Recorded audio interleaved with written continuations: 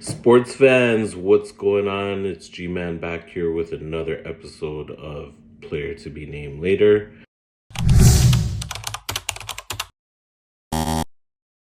Shout out to all my Canadians that are watching. Hopefully, you're going to vote tomorrow. It's a very important day. Let's get into this Leafs talk. Obviously, that's the most important thing going on for sports fans in this city. For me right now, obviously, as a Steelers fan, as a Jays fan, there's a lot going on there too. Raptors finished their season, so I'll be doing some videos maybe this week regarding my other teams and the rest of the sports scene. But obviously right now the talk is about the Toronto Maple Leafs and how they look in the playoffs. And I think a lot of people would agree right now that this team is looking really good. They took the loss yesterday, but I'm not really too mad about that loss, for all the talks that I've had throughout my videos since I've been posting and talking about the Leafs.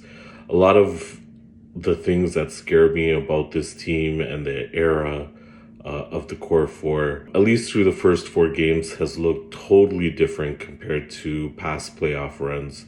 I think we can all agree on that. I know it's only a 4-game sample and, they took the loss yesterday, but I feel like games 3 and 4 of the series were actually their best games so far. 1 and 2, obviously they took the 2-0 lead and they look good in those games to an extent, but I also think throughout the series, Ottawa has looked really good as, a largely, mostly inexperienced team and young team, and you have to give them credit for the way they've come out.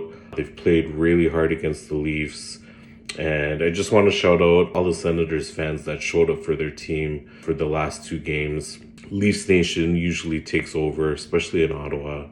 And I want to commend Ottawa fans because it's not easy to keep that up, with the tickets. And I think they've done a really good job of supporting their team and showing up for them. So kudos to Senators fans out there. I hope you keep up because it's really, bringing a good energy to this series. I just want to talk about the Leafs a little bit more and their play. And it really starts from the back end, obviously, where things have looked different. It starts with Anthony Stolarz, and he's, just a breath of fresh air when it comes to goalies that the Leafs have put in net and entrusted as the number 1 goalie going into the playoffs. In past seasons, past playoff runs, there's just so many things. You're hoping for a save. You're hoping for consistency. One game they stand on their head. The next game they look totally lost. That was something we dealt with from James Reimer to Freddie Anderson to Ilya Samsonov the last couple of seasons. But with Anthony Stolarz, his confidence, obviously he's a Stanley Cup winner, even though he didn't play a huge role on that Florida team. He still did play a huge role by being the backup for Sergei Bobrovsky at times. Obviously, Lyon was there as well. Stolarz definitely deserves this shot. And one thing I really love about him is his communication. It's such a big difference from past Leafs goalies. You hear the communication in their own zone. It makes a difference for counters when they're coming out of their own zone. And another huge thing that he does is he plays the puck. When teams dump it in on the Leafs, and it's a sign that they want to put pressure on the defense because that's what teams in the past have done. Boston, Florida, Tampa, all kinds of teams have just, that was the MO. They dump it in, they put pressure on that defense. The defense doesn't know how to make decisions in the past. Usually it results in an icing or a turnover or bad pass in their own zone, and suddenly the Leafs are under pressure. This is a totally different squad. Stolarz plays that puck. He makes the defense move. He puts them in the right positions. And oftentimes when he doesn't play the puck, the guys know what to do. They can control their counters. They make good passes out of the zone.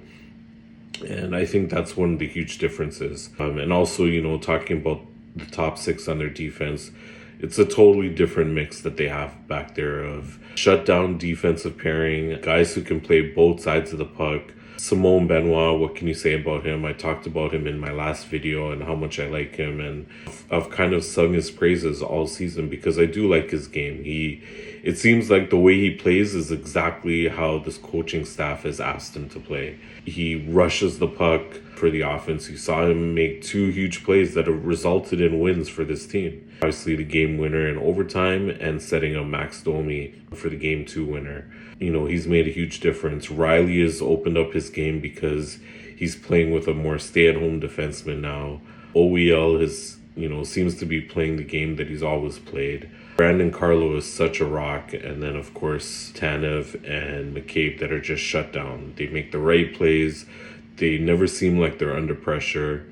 And again, this is only for the first 4 games, but if they are able to close it out against Ottawa this week, the next series against one of the Florida teams is going to be a lot harder in the sense that their experience knows how to kind of counter that as well and when to put the pressure on. But so far, I've really liked, things really look different with the Leafs in that sense, and that's huge.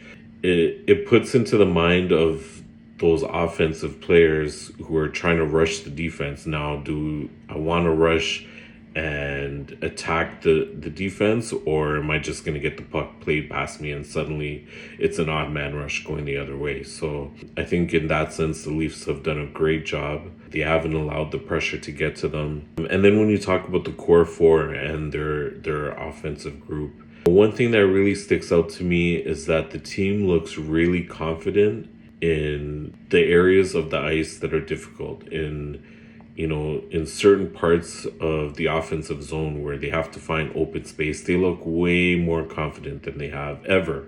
We're used to seeing Marner and Matthews and Nylander not really go into those areas, and when they have, they kind of just shy away from the contact. They shy away from puck battles. Even when they do get the puck, it's like they're moving away from the net rather than towards it.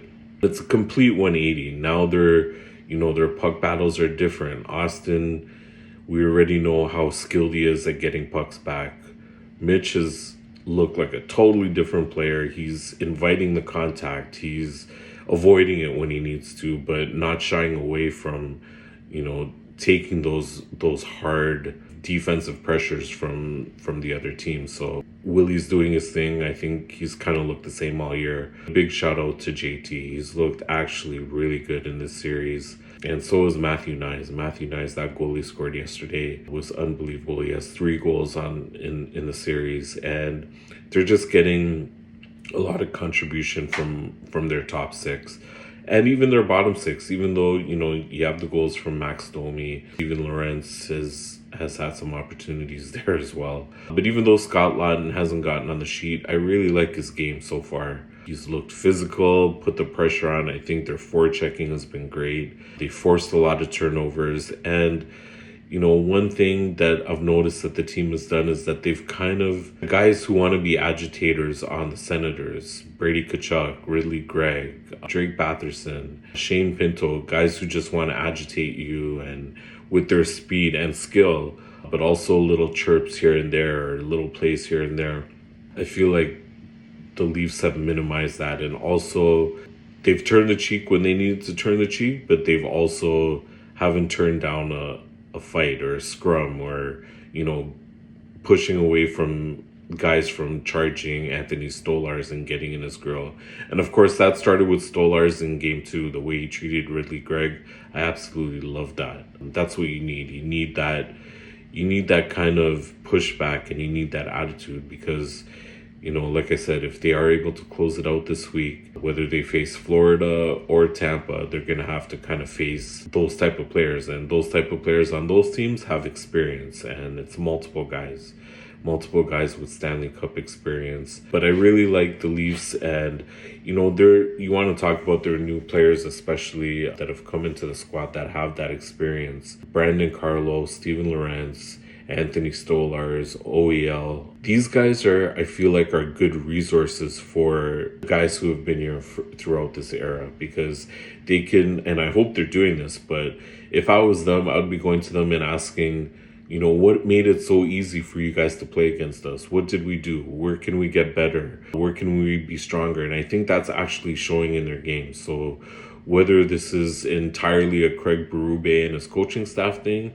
but I think it's also buy-in from the players and understanding where they need to shore up those parts of the game where, In the past, Boston would take over, Florida would take over, Tampa would take over. Even when, they were up against Montreal kind of pinned them against the wall.